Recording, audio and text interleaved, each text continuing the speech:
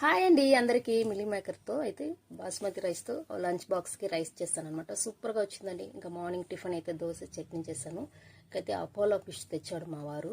దాని అయితే కర్రీ చేద్దామనేసి చూస్తే ఇంకా గడ్డగట్టేసి ఉందనమాట. ఇంకా వాటర్లో అయితే అలాగే పెట్టేస్తాను, కొంచెం లూజ్ అయితే చేద్దామని. ఈ లోపల ఇవన్నీ చేసుకున్నాను అనమాట. బాబుకి అయితే చూడండి ఇంకా లూజ్ అయితే అయిపోయింది. అపోలో ఫిష్ అయితే చూడండి కండగా అస్సలు ముళ్ళే లేదు. చూడండి ఎంత బాగుందో. ఇంకా దీన్ని మనం ఫ్రై చేసుకుందాం అనుకుంటే ఇంకా మా వారు కర్రీ చేయమన్నారనమాట. సో అందుకని కరివేపాకు, కొత్తిమీర, అల్లం వెల్లుల్లి పేస్టు, ఇంకా ఉల్లిపాయలు, పచ్చిమిర్చి, తర్వాత టమాటాలు, తర్వాత కారం, జీలకర్ర పౌడర్, మిరియాల పౌడర్, ఇంకా పసుపు, కొంచెం ధనియాల పొడి, ఇవన్నీ రెడీగా పెట్టుకొని ఇంకా ప్రాసెస్లోకి అయితే వెళ్ళిపోదామండి. ఉల్లిపాయలు అయితే ముందుగా అయితే పేస్ట్ చేసుకోవాలన్నమాట మెత్తగా.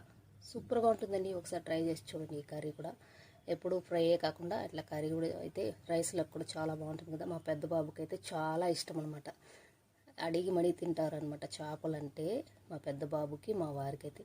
ఈ అపోలో ఫిష్ వచ్చి హార్ట్కి కూడా చాలా మంచిదండి. సో అందుకని వారానికి ఒకసారైనా చేసుకొని తినండి, చాలా బాగుంటుంది. ఇంకైతే ఇంకా చూడండి, వీడియోలో చూపించినట్టు చేసి చూడండి, ఒకసారి ట్రై చేసి చూడండి. చాలా బాగా వచ్చింది నాకైతే. మీరు కూడా ఒకసారి ట్రై చేసి చూసేసేయండి. మొత్తం ఇలా పచ్చి వాసన పోయేంత వరకు మనం అన్నీ వేయించుకోవాలండి. అప్పుడే ఆ టేస్ట్ అనేది సూపర్గా ఉంటుంది. సో మూత పెట్టి ఇలా పచ్చి వాసన పోయేంత వరకు ఫ్రై చేసుకొని, నేను చెప్పాను కదా ఈ పౌడర్ అని అవన్నీ కూడా వేసుకొని యాడ్ చేసుకొని మొత్తం కలుపుకోవాలన్నమాట. అది కూడా పచ్చి వాసన పోయేంత వరకు బాగా వేయించుకొని, కొంచెం ఆయిల్ ఎక్కువ పడుతుందండి ఈ కర్రీకి అయితే. సూపర్గా ఉంటుందండి. మొత్తం ఇంకా అంతా వేసేసిన తర్వాత మూత పెట్టి ఇలా కలుపుకొని చేసుకోవాలన్నమాట. ఇంకా శుభ్రంగా కడిగి పెట్టుకున్న ఈ ఫిష్ని కూడా ఇందులోకి యాడ్ చేసుకోవాలన్నమాట.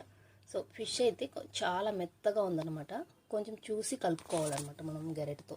ఎక్కువగా కలిపామనుకో మళ్ళీ పీసులు ఊడిపోతుందన్నమాట. అయితే సూపర్గా వచ్చిందండి కర్రీ అయితే. మా వారైతే సూపర్గా ఉందని చెప్పారనమాట. ఫ్రై బాగుంటుంది, కర్రీ కూడా బాగుంటుంది అనమాట. ఇదైతే రైస్లోకి అయితే తినచ్చు అనమాట. అయితే చూడండి ఎలా వచ్చిందో. సూపర్గా ఉంది కదా, చూస్తుంటే నోరు ఊరిపోతుంది కదా.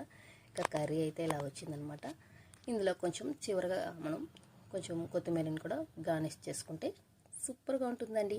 అదనమాట అండి ఇవాళ మా ఇంట్లో అపోలో ఫిష్ కర్రీ. ఒకసారి ట్రై చేసి చూడండి. అంతే అండి. ఇంకా అయితే నా కోసం అయితే బీన్స్ కర్రీ కూడా చేసుకున్నాను అనమాట.